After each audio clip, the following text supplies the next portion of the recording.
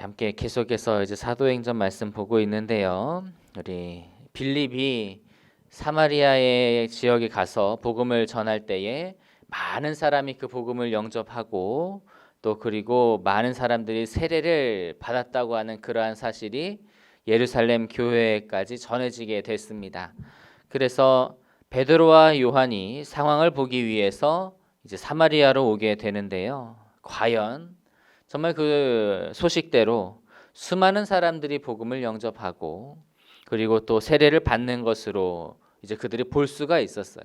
그래서 그런 복음이 전파되고 널리 그리고 확장되어지는 것을 보면서 그들은 기뻤을 겁니다.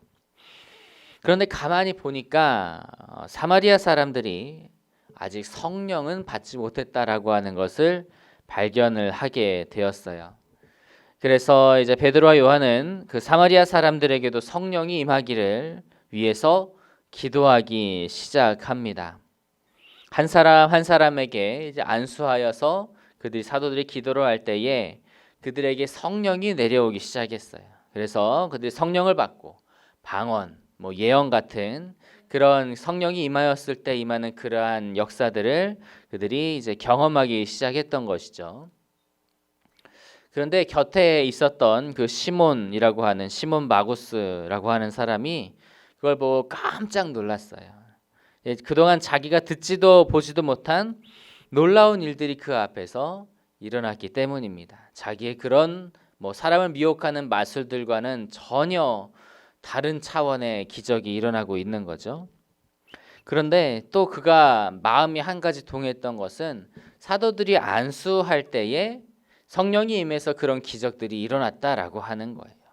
그래서 자기에게도 이 사람이 굉장히 불순한 사람이라 자기에게도 그런 일이 좀 생기기를 좀 세속적인 마음으로 바랬습니다. 우리 18절과 19절 말씀을 좀 같이 한번 보시겠습니다. 18절과 19절입니다. 시작. 시몬이 사도들의 안수로 성령 받는 것을 보고 돈을 들여 이르되 이 권능을 내게도 주어 누구든지 내가 안수하는 사람은 성령을 받게 하여 주소서 하니. 이 시몬 마구스라고 하는 사람은 사도들에게 돈을 주어 자기도 안수할 때 성령을 받을 수 있도록 해달라고 요청을 합니다. 왜 그런 요청을 했을까요? 그것이 이제 순수한 그런 의도는 아니에요. 그러니까 그도 다른 사람들에게 성령의 그런 안수를 베풀면서 그러면서 자기 자신도 높이고 또 자기 자신의 그러한 추종자들을 더 이제 끌어모으고 또 그로 말미암아서 많은 돈을 벌어들이려고 하는 그런 불미스러운 생각을 가졌다는 거예요. 여기에서 사이몬이라고 하는 말이 생겼습니다. 이제 시몬이라고 하는 말을 영어로 하면 사이몬이라고 발음을 하거든요.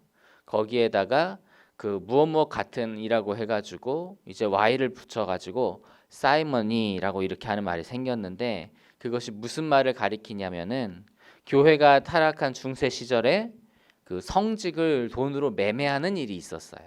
신부나 그런 직책을 돈으로 매매를 하는데 그 일을 가리키는 용어로 이제 사용이 됐다는 겁니다.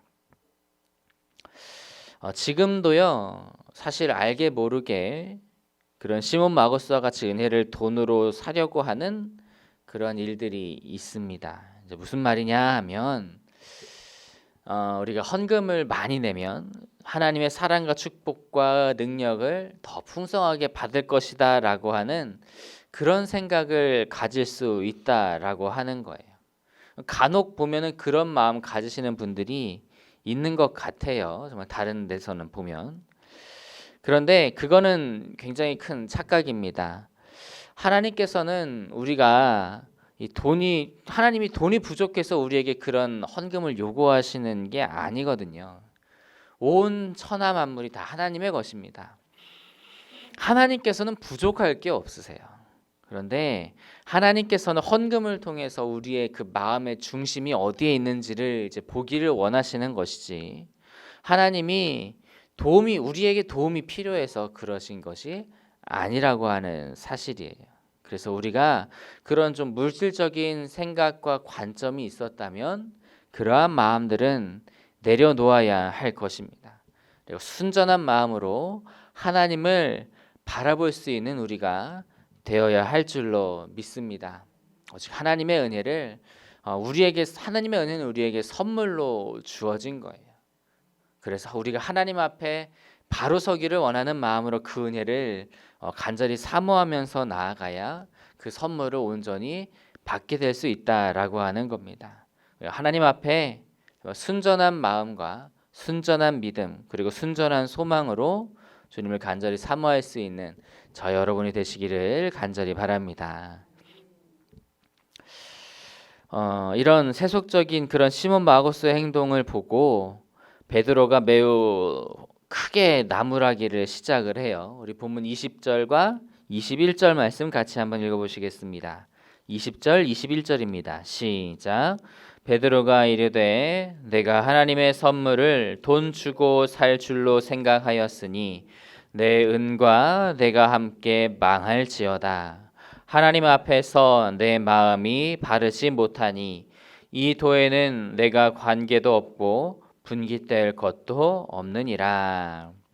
베드로는 내 은과 함께 내가 망할지어다 라고 그렇게 하면서 이 시몬을 크게 책망을 합니다.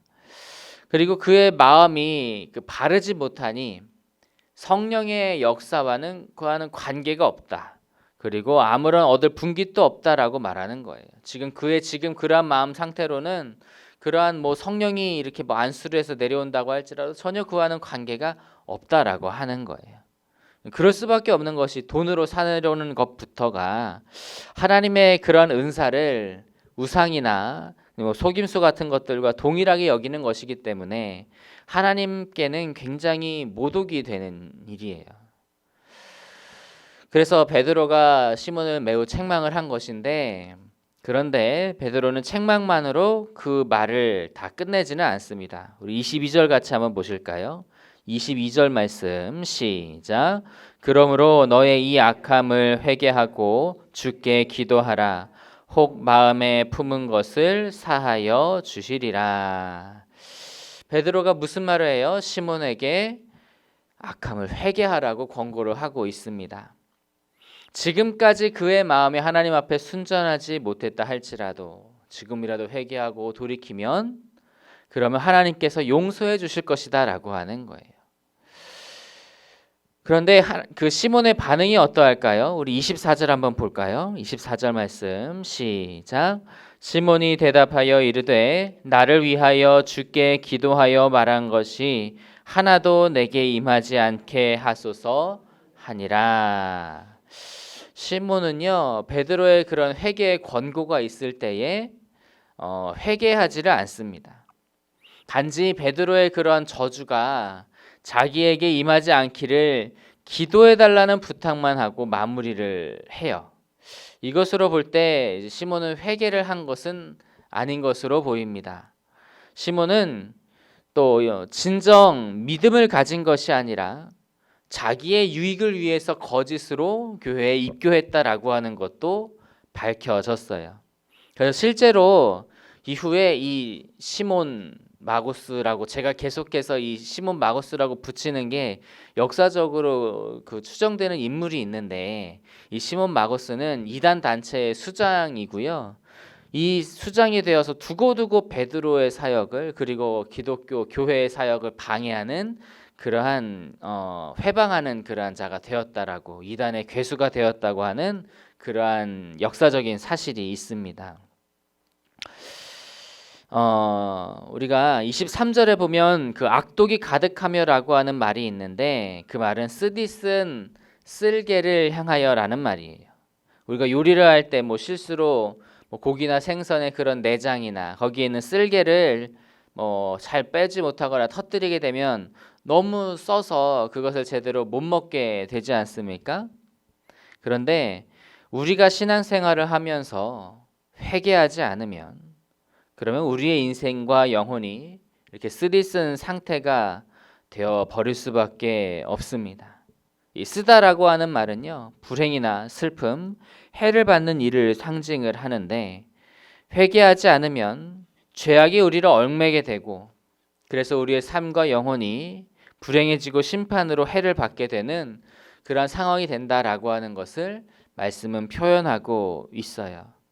그래서 우리는 하나님 앞에 늘 겸손히 회개할 수 있는 우리의 삶이 되어야 할 줄로 믿습니다. 우리는 정말 겸손한 마음으로 늘 주님 앞에 나아가야 해요. 그 찬송가의 그러한 가사에다 보면 내가 매일 십자가 앞에 더 가까이 가오니 구세주의 보혈로서 나를 정케 하소서라고 하는 그러한 가사가 있는데, 정말 우리는 그렇게 매일, 아니 매 순간마다 주님 앞에 나아가서 그 십자가를 붙들어야 할 그러한 연약한 존재들입니다. 그런데 우리가 그러한 것들을 인정하지 않고 하나님 앞에 나아가 회개하지 않는 것은 정말 교만한 것이고, 정말 우리가 그렇게 되면 좀 회개하지 못하면 용서받을 수 없는 그러한 삶으로 그러한 나아가게 될 수밖에 없는 것이 우리의 삶이기 때문에 우리는 주님 앞에 늘 회개하며 주님의 그 긍휼을 구하면서 나아갈 수 있는 우리의 삶이 되어야 하는 것입니다. 그래서 정말 바라기는 늘 하나님 앞에 겸손한 우리의 신앙이 되기를 소망합니다. 우리가 회개하는 것은 하나님 앞에 전혀 손해받을 것이 없어요. 하나님 앞에 회개할 때 오히려 우리에게는 하나님의 그 긍휼하심과 그 풍성한 은혜가 함께 할 줄로 믿습니다. 그래서 작은 거 하나라도 하나님 앞에 회개하면서 하나님의 은혜를 구하며 나아가고, 또 그렇게 하나님의 크신 은혜를 또 체험하게 되는 우리 모두의 삶이 다 되시기를 주님의 이름으로 축복합니다.